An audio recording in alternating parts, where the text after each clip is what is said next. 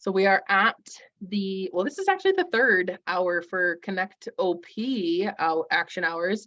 So we have about 4 minutes to share um, around connection, how we are being present, as this is our theme for the month of December.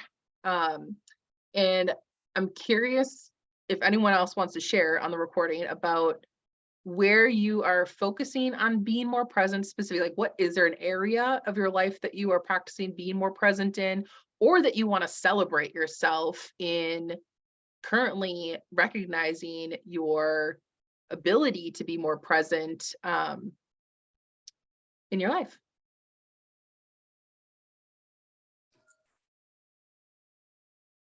Anyone? I can go. I just feel like I always take up the spotlight. Do it. Share. Well, I feel like in my family is where I've been trying to be more present, more intentionally present with that right now. Everything else is still a work in progress for that as well, but my family is my biggest area with that. And actually, during the last hour after I talked to you about the lobster thing, it got me thinking about me and my husband and our relationship and how it's been a little bit rocky recently. And I think he's the lobster right now. And I can be the lobster at times too, but I think sometimes we do also need to kind of go on our own for a little bit to shed our shells and then come back so we can be like a better version of ourselves. And so I was thinking about that, and just trying to, I have been a lot more intentionally loving towards my husband when I feel like when I don't feel like it. Trying to kind of do the action and let the feeling follow. And it's been very rewarding. And I've been doing that with my kids too. So yeah.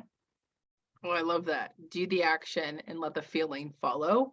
I think that's a really great point. And also, like, when we're catching ourselves, wanting to be more present in a moment, and I think that's the thing, is catching ourselves when we catch ourselves, that action. So another thing that was talked about today was when we think a thought, writing it down, making the note quickly so that we remember, or that we at least have it to go back to, and then we can go back to being present. Because when we're trying to remember all the things, then everyone sees me waving, bye Cal. When we are really practicing remembering the things instead of writing them down and taking action, it clogs up our head.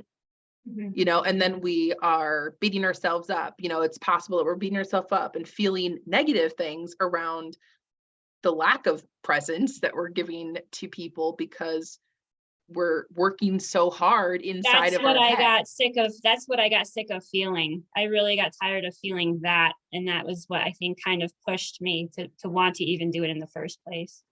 Is that, yeah.